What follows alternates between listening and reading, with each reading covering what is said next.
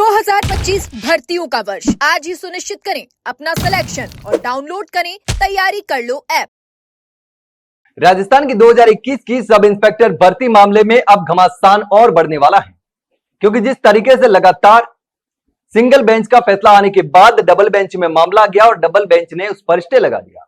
मामला supreme court में भी गया, लेकिन अब जिस तरीके से रामूराम रायका के बेटे और बेटी को जमानत मिल चुकी है और रामूराम रायका को भी जमानत मिल चुकी है, इसके साथ ही एसओजी ने एक और कैंडिडेट को भी पकड़ा है जो ट्रेनी एसआई है और यह जालोर जिले के सांचौर का है, जिस पर सबसे ज्यादा सवाल खड़े हो रहे हैं।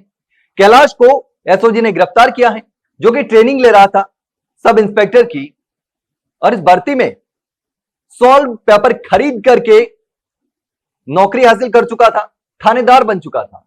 लेकिन एसओजी ने एक बड़ी कार्रवाई करते हुए एक और ट्रेनी एसआई को गिरफ्तार किया।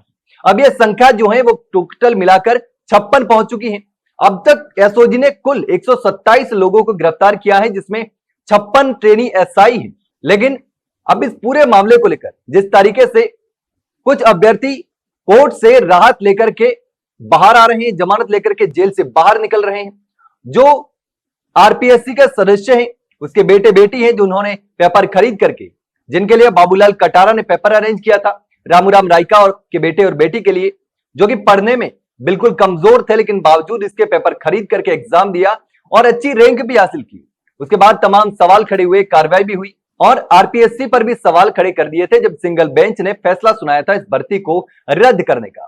तो आरपीएससी पर तमाम सवाल खड़े हुए थे। उसके बाद मंजू शर्मा ने इस्तीफा दे दिया अपना। मंजू शर्मा का इस्तीफा स्वीकार भी हो गया।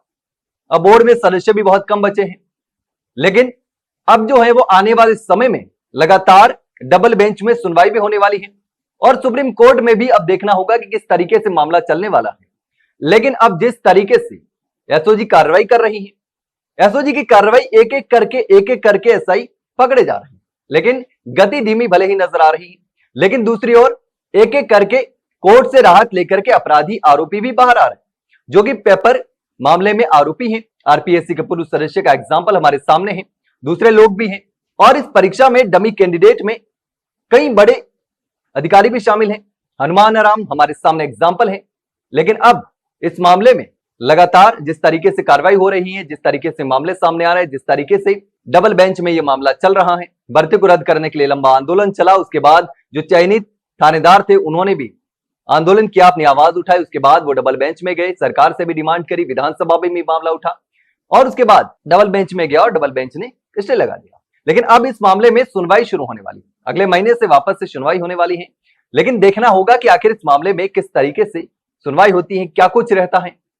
लेकिन अब यह तो तय है कि अब बड़ी उठापटक देखने को मिलेगी आने वाले दिनों में। अब कोर्ट ने अगले महीने सुनवाई की तारीख भी दे दी है। लेकिन अब इस पूरे मामले को लेकर आप क्या सोचते हैं? जिस तरीके से रामूराम रायका का बेटा बेटी तीनों बाहर आ चुके हैं और दूसरी तरफ एसओजी जिस तरीके से कार्रवाई कर रही है, उसको लेकर के आपकी क्या राय है? कमेंट सेक्शन में कमेंट करके जरूर बताना। वहीं अगर जानकारी अच्छी लगी हो तो वीडियो को लाइक और शेयर जरूर करो। हाँ, चैनल को सब्सक्राइब करना ना भूले। फिलहाल के लिए इतना ही, जल्द मिलते हैं एक नई जानकारी के साथ। तब तक के लिए नमस्कार।